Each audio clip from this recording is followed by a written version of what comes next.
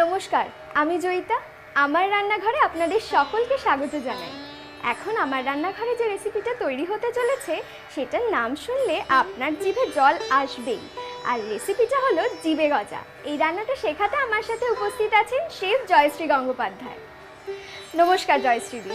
নমস্কার জয়িতা। এই জিবে গজা তৈরি করতে আমাদের কি কি উপকরণ লাগছে? উপকরণটা কিন্তু খুব সিম্পল। আমাদের লাগছে ময়দা, ঘি, চিনি, সাদা তেল, ব্যাস ব্যাস। আচ্ছা, মানে আমাদের ঘরে যা যা মজুদ থাকে তা দিয়ে তোমার মোটামুটি জিবে গজা তৈরি। আর তুমি আমাকে আগে একটা প্যান বা কিছু দাও, আমি আগে রসটা বসিয়ে দিই। আচ্ছা, তারপরে ঠিক আমরা আছে। গল্প করতে করতে জিবে গজার প্রসেসটা দেখি। আমাকে একটু জল দাও। এক বাটি চিনি হলে আমি এক বাটি জল এখানে ইউজ করব। এইটা আস্তে আস্তে হতে থাকুক, একটু ফুটে উঠলে আমি বন্ধ করে দেবো। এবার তুমি আমাকে একটা প্লেট দাও, এইটা নিয়ে। এইটা কারণ ধরো 100 গ্রাম ময়দার আমরা করছি,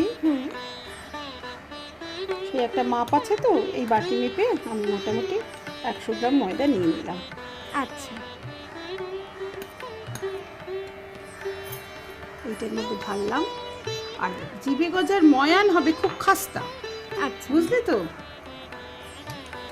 একটু ঘি দিয়ে আমরা এটা মাখবো। আর একটু নির্ভাবনার জন্যে অনেকে এর মধ্যে খাবার সোডা ইউজ করে। আচ্ছা। 1 চিমটি ময়দার সাথে দিয়ে আগে তুমি খাবার সোডাটা দিয়ে ভালো করে মেখে নিলে তাতে ময়ামটা খুব ভালো হয়। হ্যাঁ, মুচমুচে ভাবটা চলে আসতে পারে খাবার সোডা। এইটা আমি মাখলাম। চিনিটা একটু নাড়া দিতে হবে। একটু নাড়িয়ে দাও, নাড়িয়ে দিয়ে সিম করে দাও।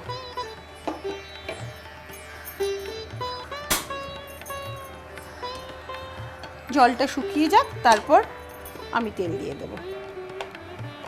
দেখো, এটা কিন্তু আমি এই লুচির মতনই প্রায় ময়দাটা মেখে নিলাম, কিন্তু একটু ঘি বেশি থাকাতে একটু খাস্তা হবে, নাহলে মুচমুচে ভাবটা, ক্রিস্পি যেটা বলে।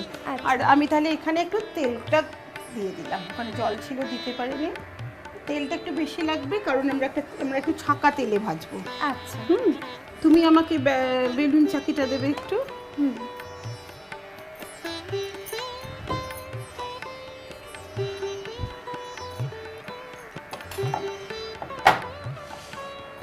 এই শিরাটা ততক্ষণে হতে থাকুক, শিরাটা একটু ঘনই হোক।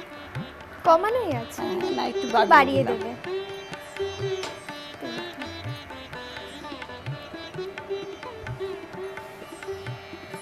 গোল করে তুমি তাহলে গোল করো ওদিকে নিয়ে, আমি এদিকে এটা বেলতে থাকি।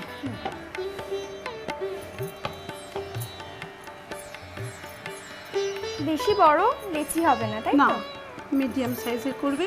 এটার স্পেশালিটি হলো এই যে জিভের মতন আকৃতিটা সেটা ওরকম হবে। তুমি আমাকে একটা ছুরি দাও। হ্যাঁ, দেখো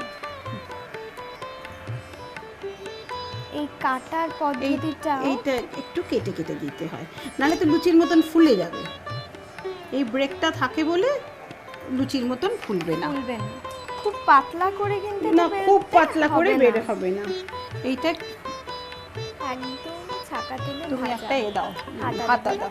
তোমাকে দিয়ে দিচ্ছি আমি। এখানে শিরাটা বেশ হতে জাল হচ্ছে। হয়ে গেছে না ভাজাটা? হ্যাঁ, একটা ওকে আলাদা প্লেট হ্যাঁ, দাও।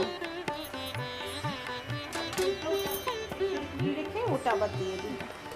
দেখেছো কি সুন্দর সোনালী রং হয়েছে? হ্যাঁ, হালকা। এটাও তাই হবে। তুমি 2-3টে করেও কিন্তু আমরা একসাথে ভেজে নিতে পারি। আচ্ছা, হ্যাঁ, তুমি কি একটা বেলবে? হ্যাঁ, দাও। দেখো চেষ্টা করে পারো কিনা।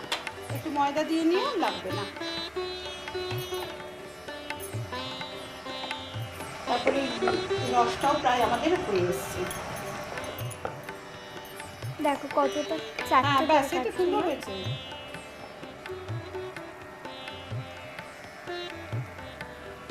আমি এটা তাহলে শিরায় ফেলছি। হ্যাঁ, এটা হতে থাক, তুমি ওই দুটো বেলে একসাথে করে নাও।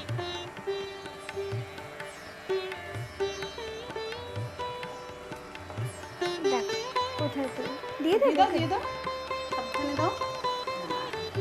বাহ, সুন্দর হয়েছে। দেখো, এই দুটো লাল হয়ে গেছে। তুমি এই গ্যাসটা এবার বন্ধ করে দাও, আমি এই রসে ফেলে দিচ্ছি। লাল লাল তৈরি করে। আমাদের মোটামুটি। আমাদের তৈরি তো জিভে গজা হয়ে গেছে। এবার এগুলো একটু ঠান্ডা করব, তারপর তুমি সার্ভ করবে। কারণ এত গরম তো হাত দিতে পারবে না।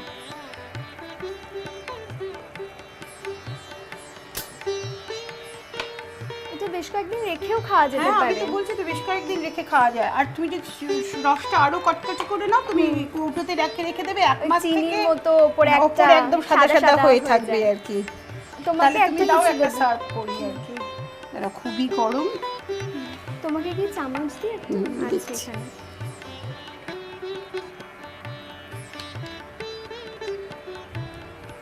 আমার তো দেখে এখনই খেতে ইচ্ছা হ্যাঁ, আর করছে। তুমিও খুব সুন্দর ভেজেছো। এটা একটু ঠান্ডা করে, নালে জিভটা পুড়ে যাবে। জিভে গজা খেতে গিয়ে জিভ পুড়ে যাওয়াটা খুব ভালো না।